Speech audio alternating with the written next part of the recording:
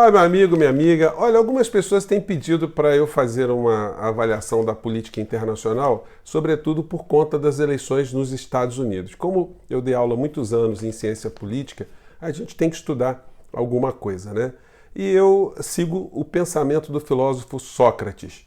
Só sei que nada sei.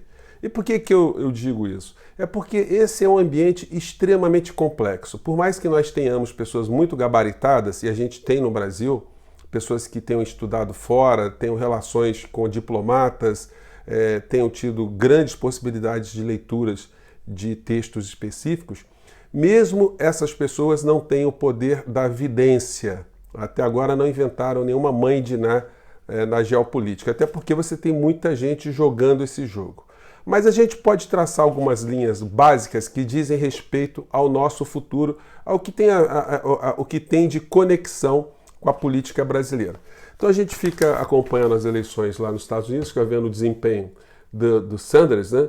E que é um progressista. Para muitas pessoas ele é considerado um comunista, então quem tem um pensamento mais alinhado à esquerda fica sonhando que um cara desse na presidência dos Estados Unidos a gente poderia ter uma melhor correlação de forças no mundo, que o processo civilizatório pudesse dar alguns passos para frente, etc, etc, etc.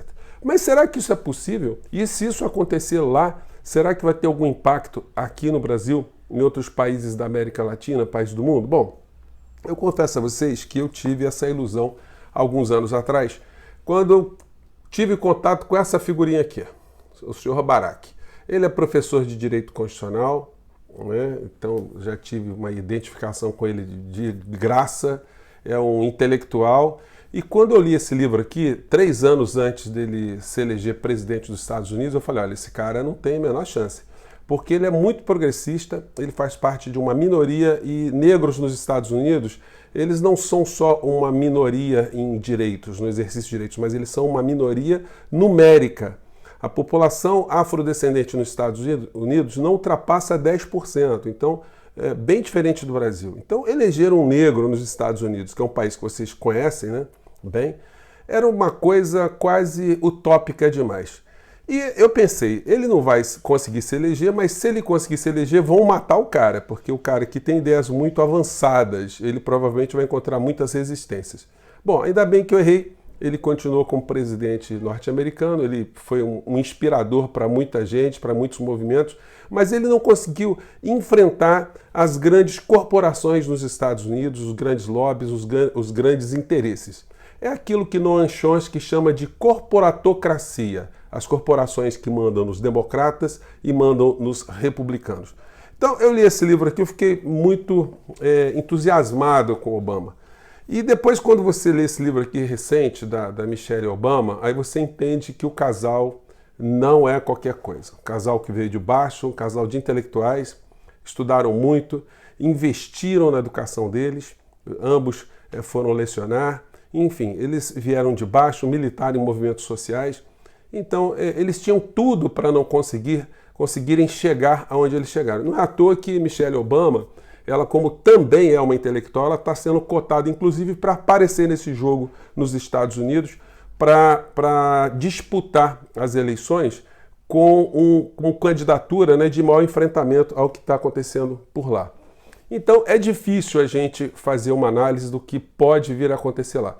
Eu prefiro não cultivar grandes ilusões. E eu vou demonstrar para vocês como essas minhas impressões elas podem estar muito próximas da realidade. Em primeiro lugar, vamos pegar aqui na situação geopolítica o poder norte-americano na América Latina, onde eles escolheram Maduro para ser derrubado, né?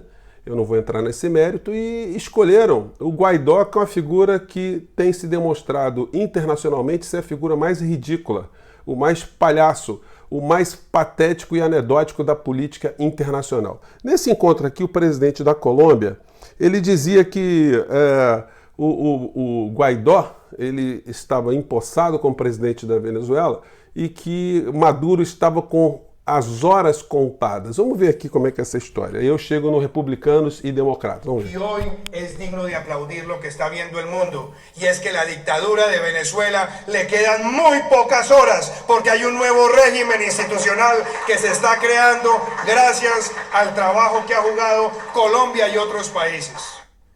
E aí é o seguinte, aí o Juan Guaidó, que tem peregrinado o mundo, ele está numa situação sui generis, porque é um cara que se autoproclamou, ele não tem apoio popular, não tem massas, multidões atrás dele, tem apenas interesses econômicos de algumas poucas nações poderosas. E agora a gente vê, ele continua tentando buscar situações lá na Venezuela que o projetem a cada momento. E aí chega a situações mais patéticas, mais ridículas, como essa tentativa dele pular o muro da Assembleia venezuelana. Ele não precisava disso porque ele tinha livre acesso. Os outros deputados que tinham a prisão decretada, alguns tinham perdido o mandato, esses não puderam entrar para a sessão que Guaidó estava tentando entrar junto com eles. E aí ele fez essa bravata, né? Essa coisa ridícula. E esse é o perfil do herói latino-americano na cabeça dos norte-americanos. Vamos ver a cena aqui.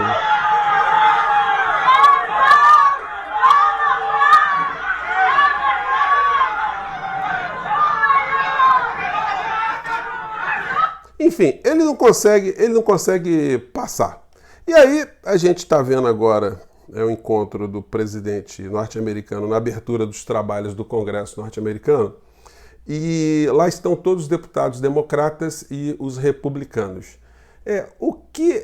Qual é a visão que essas pessoas têm sobre o golpista Guaidó, o autoproclamado, o testa de ferro dos interesses norte-americanos dentro da Venezuela? É um cara que não tem país, um cara que não tem parlamento, um cara que não tem povo atrás dele.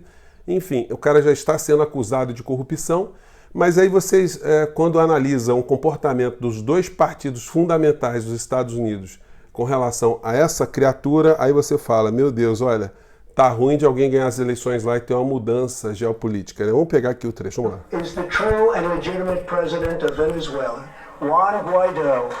Mr. President, please take this message back to your family.